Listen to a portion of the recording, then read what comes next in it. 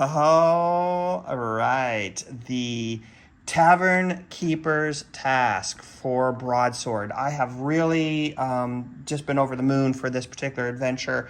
And Alex with Bloody Eye Games, if you are watching this, this is definitely the way to have these modules come out. It's one place, right? The book, the maps, the extra characters, the monsters, everything is included with that one purchase, and you can print it all out and assemble it, and plenty of ways to do this in a versatile manner. So I've got the maps all laid out here, and I will talk to those here shortly, but they definitely don't need to be laid out like that. I'll show you what I'm talking about here soon, but let's take a look at this and kind of open the book up. This is done sort of OSR style, and I'm just loving it. Now this front cover is that's my Tavern Keeper, and that was just one I just found on the internet. Thought it looked cool to put on there, and I can see this old grognard coming up and saying, "Hey, you want to stay occupied and busy? Let me help you." Anyway, horrible accents. Okay, the adventure summary: the rain outside is miserably heavy. The party shelters in the tavern and is restricted from travel for the next several days. The Tavern Keeper offers them a quest to fill their time. But what starts out as a simple quest to collect rat tails quickly grows into a sprawling cave crawl with an unexpected surprise looming, threatening catastrophe for all but the bravest adventurers. And then some notes here for the Game Master, etc.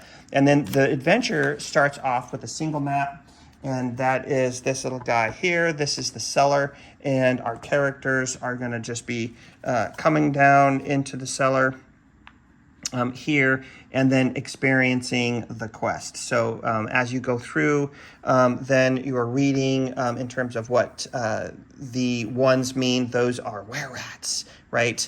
And then you're going to find out what's in all of these locations. Oh, it looks like there might be a secret door there.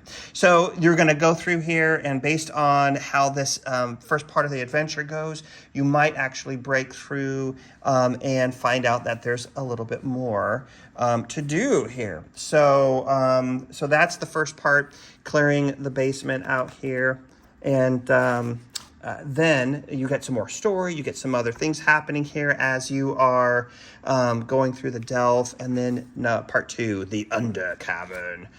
So one of the things that I've done here is I've set this up so that you can kind of see how the adventure goes. And this main cellar portion is actually something that, if you had a table big enough, would attach right here. And so then you can see how big the under cavern really is, right?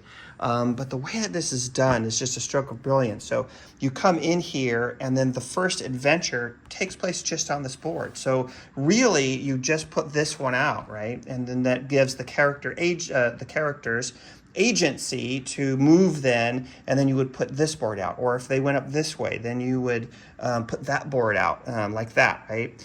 And and when you look back here at the book, you have the start, and with that first tile, and then some more stories, some more adventures and encounters, and then are you going to part 2B first, or are we going to part 2C next, right? So that is one of the things I really like about the way that this is laid out. And again, more things to encounter, more things you're finding, adventures are happening, and you're fighting critters as well all the way through, right? Then as you get through, now this last part here, you can see for part two of our map, once the heroes have explored all of this, and I guess potentially they could just kind of go through here and then try to go up here and see where it gets them. But see, you go through the cave and then into the next part. And so then you just start with that particular map tile. So just really brilliant way that this is set up. I'm really digging it a lot. And that's where you're getting into the horde below. And there's that map right there. And there we are. So I didn't want to have too many spoilers in here, but man, look at that. That is this particular board here, and that is going to really bring the heat for the heroes, I think, is what it looks like there. So there it is. That's just kind of a quick overview, guys, and wanted to share both the build and what this looks like. And again, these are all sort of just 1/2 inch squares on my board, and you can still see that it's a pretty good size. But if you do have a smaller table, you know that you can just use the smaller board one at a time, and so saving plenty of table space there. So there you go. Love to hear what you guys think about this. Have you guys played Broadsword? And I think we need to get this community up and going. So this is my attempt. So cheers. I hope you enjoy it, and I'd love to hear what you think.